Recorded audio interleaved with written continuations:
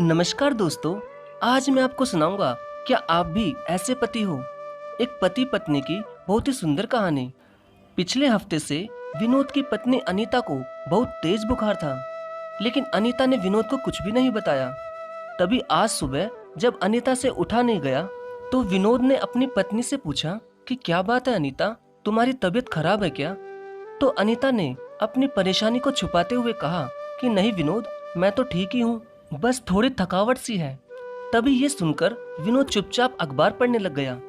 लेकिन विनोद अनीता को देखकर समझ गया था कि उसकी तबीयत खराब है, मगर फिर भी वो मुझसे छुपा रही है। और तबीयत खराब होने के बावजूद भी वो मुझे चाय नाश्ता दे रही थी। तो जैसे ही अनीता विनोद के पास आकर पूछती है कि विनोद, तुम्हारे लिए खाने में क्या बनाना है, तो विनोद को ऐसा महसूस हुआ कि अनीता की आंखें नीचे की तरफ झुक रही है और शायद वो गिरने ही वाली है। वैसे ही विनोद ने उसे पकड़कर अपनी बाहों में लेकर उसे संभाल लिया और फिर उसे अपनी गोद में उठाकर अंदर बेड पर ले गया। तो अनीता ने कहा कि मैं ठीक हूँ विनोद, आपको ऑफिस भी तो जाना है। उसी समय विनोद ने अनीता के होठों पर अपनी उंगलियां रख दी और कहा कि डार्लिंग, मैं तो तुम्हें बताना ही भूल गया कि आज तो खाना हम बाहर ही खाएंगे, क्योंकि आज मेरे दफ्तर में एक मीटिंग है, इसलिए आज बॉस ने मुझे दफ्तर आने के लिए मना कर दिया। लेकिन अनीता एक अच्छी पत्नी के साथ साथ एक समझदार पत्नी भी थी। वो विनोद की चाल समझ गई और कहने लगी कि तुम तो कहते थे कि बॉस तुम्हारे बिना कोई मीटिंग नहीं करते, तो आज तुम्हारे बिना वो मीटिंग कैसे करेंगे? ये सुनकर विनोद को हंसी आ गई। तो तुरंत अनीता को पता चल गया कि वो सब उसकी तबीयत के चक्कर में ही कर रहे थे।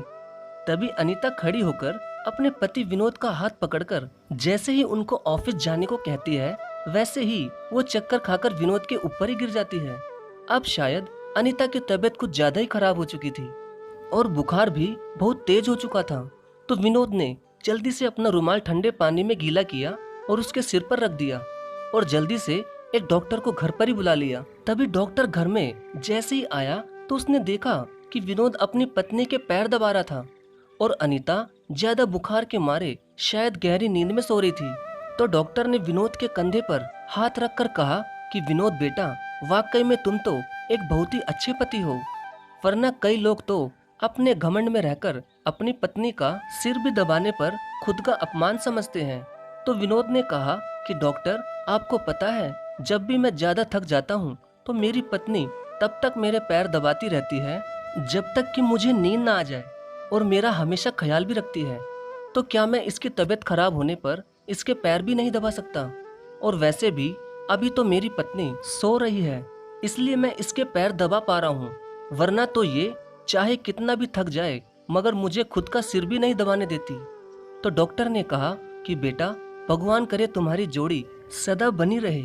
ये कहकर उस डॉक्टर ने अनीता का बुखार टेस्ट किया, लेकिन अब शायद उसके सिर पर गीला कपड़ा रखने से उसका बुखार थोड़ा कम हो गया था। फिर डॉक्टर ने विनोद को कुछ दवाई लिखकर वो वहां से चला गया। तभी विनोद ने बाहर से खाना ऑर्डर कर दिया और फटाफट बाहर जाकर अपनी पत्नी की दवाई भी लेकर आ गया। फिर कुछ देर में उसने अनीता को जगाकर उसे अपने हाथों से खाना खिलाया। फिर थोड़ी देर में उसे दवाई भी दे दी। अब 3 से 4 घंटे में अनीता को थोड़ा आराम आ गया और अब विनोद खुश था कि उसकी पत्नी ठीक हो चुकी थी।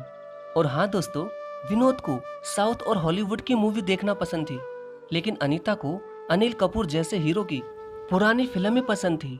और तभी उस दिन विनोद ने बाहर से पॉपकॉर्न मंगवाकर रात को अपनी पत्नी के साथ अनिल कपूर की एक मूवी भी देखी।